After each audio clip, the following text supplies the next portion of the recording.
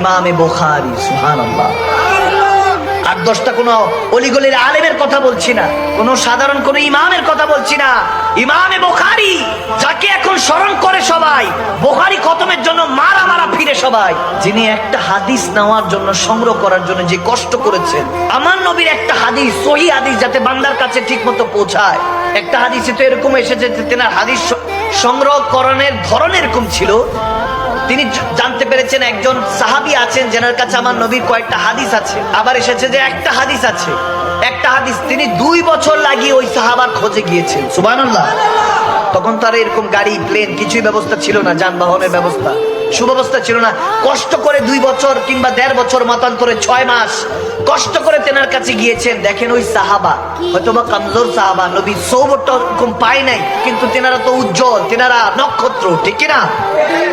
সমস্ত ইমাম আলেমদের থেকে অনেক উপরে, কারণ আমার নবী সাহাবাদের মূল্য অনেক উপরে। কিন্তু ওই সাহাবা দেখতেছেন তেনার একটা গৃহপালিত পশুকে ডাকছে খালি পাতিল দিয়ে, খালি পাতিলের মধ্যে হাত ফিরাচ্ছে, ওই গরুকে বুঝাচ্ছে, গৃহপালিত পশুকে বুঝাচ্ছে খাবার আছে, আসো। দৌড়ায় চলে গিয়েছে, ধরতে পারছে না পশুটা, বেজুবান নিরীহ পশু যখন আসলো তাকে ধরলো, ধরে বেঁধে তারপর খাবার দিল। ইমাম বুখারীর এই কাজটা পছন্দ হয়নি, সুবহানাল্লাহ। হাকিকত বুঝেন বান্দা। ইমাম বুখারী দেখতেছেন যে তিনি একটা সাধারণ বেজুবান পশুকে এভাবে একটু ধোঁকা দিয়েছেন, যদিও হিকমত খাটিয়েছেন। ইমাম বুখারীর পছন্দ হয় নাই, তেনার কাছে 6 মাস লাগিয়ে যাওয়ার পরে হাদিস থাকা সত্ত্বেও হাদিস নেন নাই, ফিরে চলে আসছেন, সুবহানাল্লাহ। সেই ইমাম বুখারীর কথা বলছি, যিনি একটা হাদিস লেখার আগে নামাজ পড়তেন, নামাজ পড়ে মুরাকাবা মুশাহাদা করতেন, দয়াল নবী এসে বলতেন, হ্যাঁ বুখারী, এটা আমার হাদিস, তখন তিনি বুখারী শরীফে লিখতে শুরু করতেন, সুবহানাল্লাহ।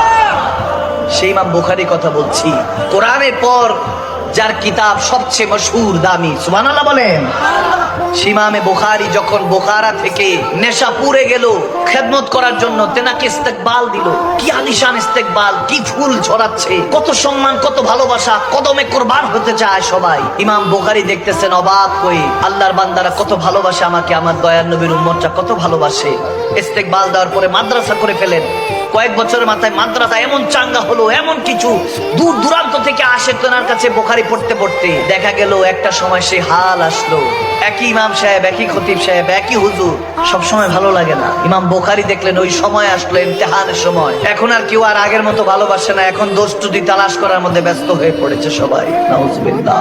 দিলের মধ্যে এক চাপা কষ্ট, দেখছে যে এখন আর ইমাম বুখারীর ওই দাম নেই যখন প্রথম এসেছে যেই দাম ছিল। দেখতে দেখতে আজমাইশ হলো, পরীক্ষা হলো, তেনাকে ফতুয়া লাগানো শুরু করলো, তেনার বিরোধিতা শুরু করলো। এক পর্যায়ে বাধ্য করলো তেনাকে নেশাপুর থেকে চলে যাওয়ার জন্য, ট্রান্সফার হওয়ার জন্য তিনি হিজরত করতে বাধ্য হলেন। চিন্তা করলেন, আমি আমার শহর বুখারাতেই যাই, যেখানে আমার জন্মস্থান, সেখানে হয়তো আমাকে কেউ ফেলে দিবে না। তিনি ইমামে বুখারী বুখারাতে গেলেন। বুখারীর যখন গেলেন, ওই শহরে যাওয়ার পর সবাই আবার ইস্তেকবাল, আবার আনন্দ, আবার খুশি, আবার মাদ্রাসা, আবার সবাই এলান, আবার সম্মান, ইজ্জত, কোনো কিছুর অভাব নেই। দেখতে দেখতে ওই শহরে বাদশাহ তেনাকে বলতেছে, আমার সন্তান আছে, আপনি তেনাকে এসে একটু পড়িয়ে যান। বলতেছে, আমার নবীর দরস, তার যদি নিতে হয় গিয়ে পড়তে হবে, সুবহানাল্লাহ।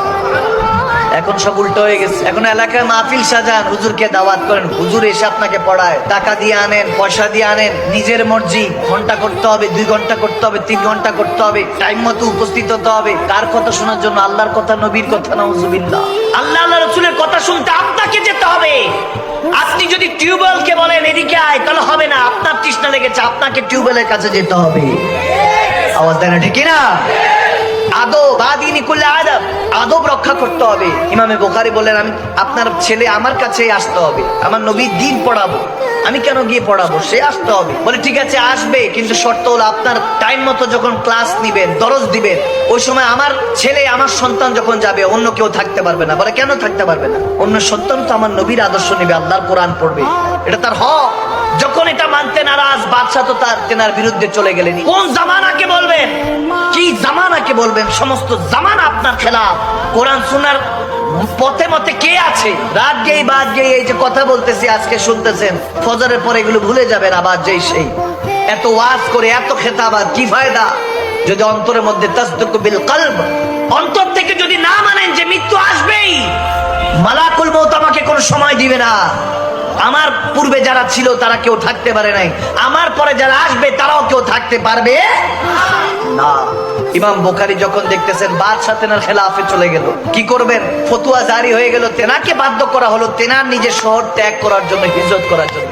নবী সুন্নত পালন করলেন, মক্কা থেকে যেমন মদিনায় হিজরত করেছেন, তিনিও বোখার থেকে ওই শহর থেকে সামারকান্দে চলে গেলেন। সামারকান্দে যখন গেলেন তখন ওই এলাকার মানুষ বলতেছে তেনাকে নেশাপুর বোখারা থেকে বের করে দেওয়া হয়েছে, এখন সামারকান্দে এসে কোন জানি বেজাল লাগায়, নাউজুবিল্লাহ।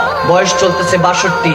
সামারকান্দে তেনাকে যখন তুচ্ছ তাচ্ছিল্য করছে, ইমাম বুখারী আল্লাহর দরবারে হাত তুললেন, আল্লাহ মালিক, তোমার নবীর জন্য কতটুকু করেছি তুমি তো জানো, তোমার কাছে তো আমার হৃদয়টা পাক সাফ।